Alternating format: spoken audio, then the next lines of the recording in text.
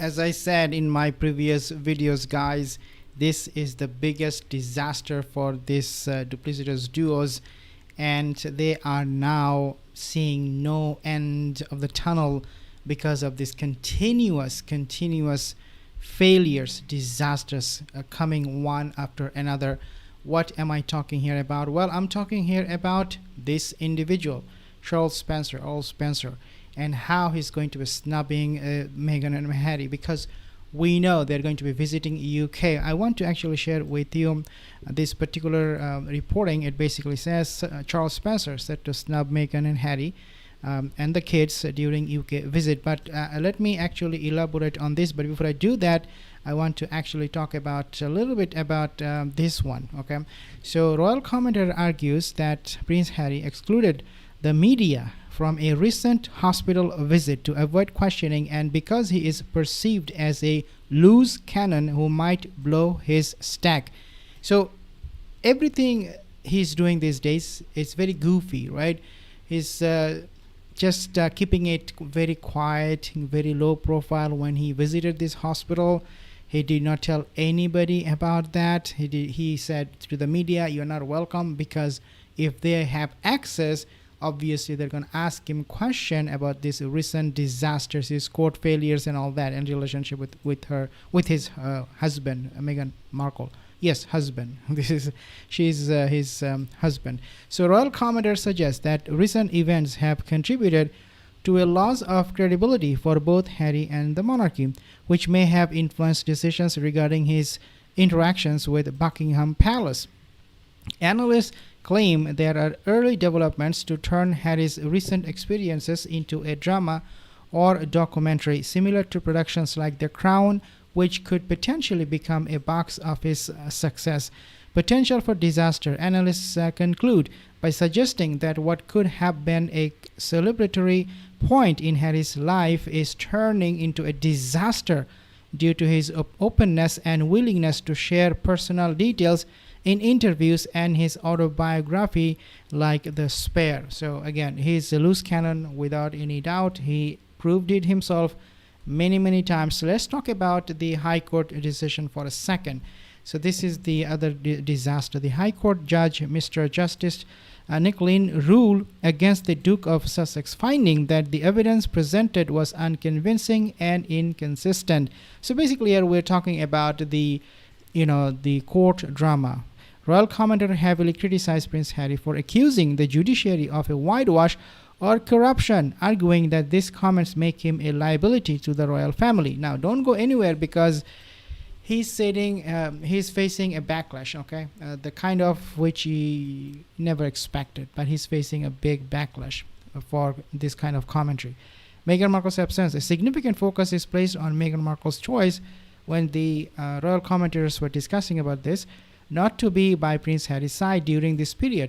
Of course, we do not ever see her with her husband's side when he needs her the most. Never, ever, even for once. So they're saying this, they're describing the marriage as toxic and highlighting the lack of support during his darkest moments, quote unquote, darkest moments. Now, call for removal following the defeat. Now, so you see the backlash, right? There are growing demands now for Harry to be stripped of his position as a counselor of state and removed from the line of succession. There is no doubt about that, because he doesn't trust anybody in the UK. He is fighting against everybody, the media, the court, the family, the people. Why would he be in the line of succession? It is very dangerous. Now, financial implications. Analysts detail the massive potential legal bills, estimated at up to £50 million in total cost for both sides, and discusses whether Elton John or others might be involved in covering the Duke's expenses. I personally don't think Elton John will be interested in covering the expenses the way media wants you to believe. Maybe he will pitch in a little bit, but no, I don't think he will do that the way you want or the media wants it to believe.